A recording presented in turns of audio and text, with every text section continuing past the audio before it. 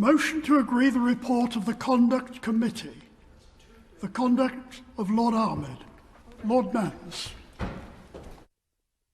My Lords, I beg to move the sixth report of the Conduct Committee, which I chair, on the conduct of Lord Ahmed. I would first like to draw the House's attention to Standing Order 68A, which states that motions on reports resulting from investigations under the Code of Conduct are decided without debate. This is not, therefore, an occasion on which I can or will be taking questions. The reasons for Standing Order 68A are not only that reports like this can be highly sensitive and often involve vulnerable people, but that the House has established a formal system of decision-making and appeals on which I hope you will be sure it can rely.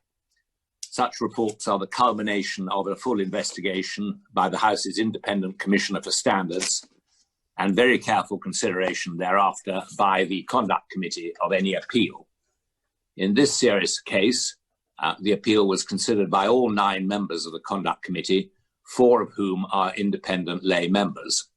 The House can rest assured that it considered every aspect of this case. The report which results upholds the key findings of the Commissioner to the effect that, firstly, Lord Ahmed breached the Code of Conduct by failing to act on his personal honour, in particular by sexually assaulting a vulnerable member of the public who came to him as a parliamentarian asking for his help in relation to a complaint to the police about a faith healer's activities. Secondly, he misled her by lying about his intentions to help her pursue that complaint, and he exploited her emotionally and sexually.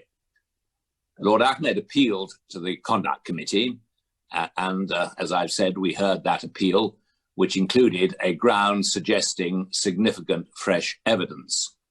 We remitted that ground to the Commissioner, who after investigation concluded in a supplementary report that there was nothing in that respect to disturb her previous conclusions. We then considered and prepared our 46-paragraph report, which you have, covering all aspects of Lord Ahmed's appeal against the Commissioner's original and supplementary reports. We upheld the key findings which I've set out, as well as the sanction recommended of expulsion.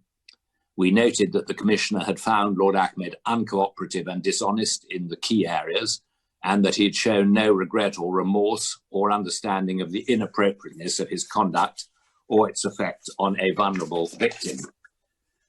We said, and I read from paragraph 45 of our report, the abuse of the privileged position of membership for a member's own gain or gratification at the expense of the vulnerable or less privileged involves a fundamental breach of trust and merits the gravest sanction, even though it is possible to think of even more serious breaches.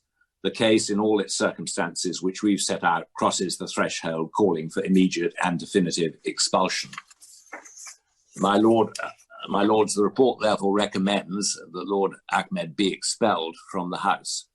However, after Lord Ahmed was shown an embargoed copy of the report last Thursday, he gave notice of his retirement from the House on Saturday, the 14th November 2020, under the provisions of the House of Lords Reform Act 2014.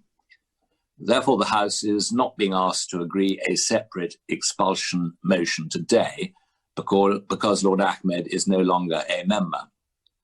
I know that some members of the House have asked why his resignation was accepted, and the answer is that there is no provision under the Act to refuse or delay it. The resignation takes automatic effect at the beginning of the date given of retirement. I should, however, confirm to the House that Lord Ahmed will retain none of the privileges of a retired member.